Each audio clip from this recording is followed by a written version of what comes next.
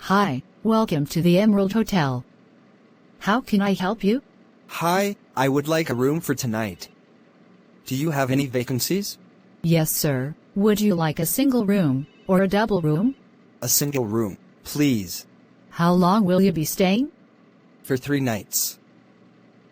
Okay, would you like a king-size bed or a queen-size?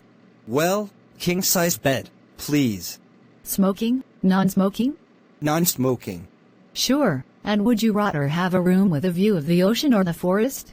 It doesn't really matter to me, whichever one is cheaper. Sure, it's going to be $55 per night.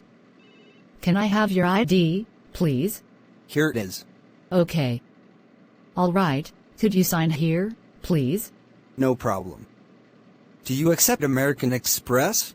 Sure, any Visa, MasterCard or American Express. Perfect. Here is my card. Thank you. Is there a phone number where you can be contacted? Yes, it is 2255. Okay. Here's your key. Your room number is 276. It's on the 2nd floor. You can take the elevators behind us. If you need anything, just dial 9 for the reception. Thank you for your help. My pleasure. Enjoy your stay.